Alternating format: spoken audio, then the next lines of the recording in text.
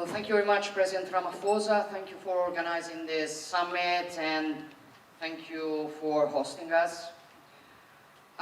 This G20, as many said before me, is being held in Africa for the first time, which is, in my opinion, a circumstance that makes it particularly symbolic. But at the end of the day, it is impossible to talk about any model of cooperation and development for the future without Africa. Others before me talked about this spirit of Ubuntu, which is part of this nation's culture, according to which we define who we are in relation to others.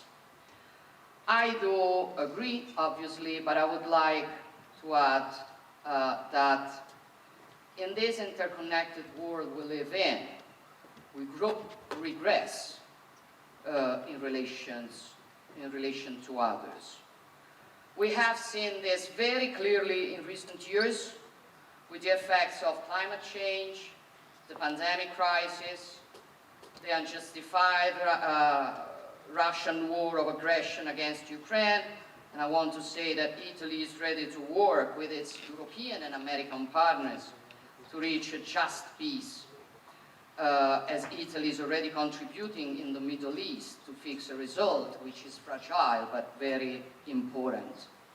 Anyway, we know this phenomena have had an impact far beyond the borders where they occurred. This is why cooperation is inevitable, and this is why we need growth based on shared rules and truly fair trade relations. We know very well now the real effects of unrestrained globalization, which are very different from those who were praised. It verticalized and concentrated wealth, it multiplied poverty, it weakened democracy and social safety nets, and these are mistakes we cannot repeat. The World Trade Organization needs to be rethought, and it must be clear to everyone that partnerships are real only when they are equal and generate benefits for all parties involved. This is the philosophy that has guided Italy through the lens of the Mattei plan for Africa. It is a new way of looking at the African continent, not as a problem, but rather as an opportunity, not lecturing from top to bottom, but with respect. And this is an initiative that is already involving 14 African nations, a number we intend to increase every year, and that can count on well-built synergies with the African Union, the United Nations, international financial institutions, and the European Union with the Global Gateway. The results it is producing are facts.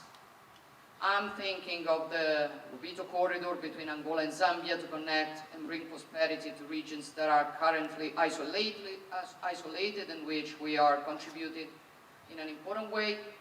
I am thinking of the opening in Rome of the AI hub for sustainable development, which will involve hundreds of African startups in the development of artificial intelligence. I am thinking of the use of wastewater in the ambitious TANIT project in Tunisia for the recovery of unproductive land. I mean, the priorities in which we are investing are shared with African nations and are real. Health, agriculture, water infrastructure, and moreover training, because nothing can be done without valuing human capital. And as everybody knows, I think that nobody can really think to help the African continent simply accepting that hundreds of thousands of young African people pay traffickers to move towards Europe. That is why, together with Nigeria and in partnership with the Global Partnership of Education, we've launched a campaign to raise $5 billion and improve the education of 750 million children in different nations.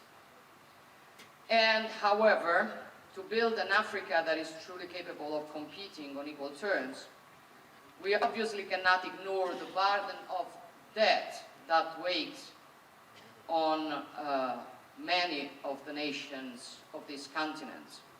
So Italy has also decided to reduce the debt of low and middle income countries by 50% over the next 10 years, and above all to convert the entire debt of the least developed countries into investments plan for those countries, which is a choice, I consider a choice of justice and responsibility that we hope others will follow.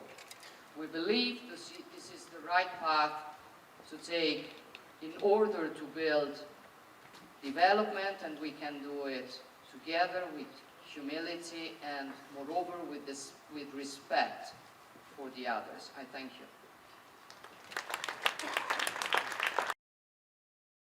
Thank you, Mr. President. Dear colleagues, we all know no one can tackle alone global challenges as climate change and the vulnerability of food systems. As members of the G20, we have a shared responsibility to find a way forward but we also know that way forward must be based on common sense. In my opinion, we must abandon once and for all the ideological dogmatism that is causing more harm than good. In Europe, for example, choices have been made in the past that have brought entire productive sector to their knees without producing any real benefit in terms of global emissions. And in Africa, dogmatic approaches imposed by foreign partners that do not take into account the specificities of African nations paradoxically risk reinforcing all patterns of dependency. This is a losing strategy. So a pragmatic balance must be found between the need to limit emissions and the risk of compromising the most advanced productive systems and preventing the weaker ones from establishing themselves.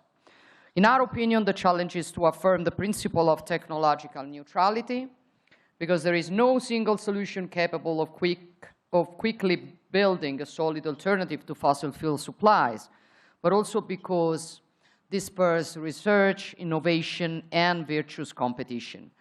The energy mix must be balanced and must combine all available technologies: renewable gas, hydrogen, biofuels, CO2 capture systems, as well as research into nuclear fusion, which would change history by producing clean, safe, and unlimited energy. This is the approach that inspires Italy and to which we contribute with industrial expertise, technological capabilities, new financial instruments, and cooperation with other nations. For example, we've launched investments in Africa worth a total of almost 2.5 billion euros, financing projects ranging from the construction of large renewable energy plants to innovative solutions for production and storage. And also on food systems, Italy continues to do its part. We co-organized the last United Nations Summit on Food Systems with Ethiopia. We are making our agri-food know-how available to our African partners, and we are building public-private partnerships with them that guarantee concrete results. We are successfully working on this, for example, in Algeria, where we are working together to reclaim over 36,000 hectares of desert to produce up to 45,000 tons more cereals and legumes per year, generating benefits for over 600,000 people.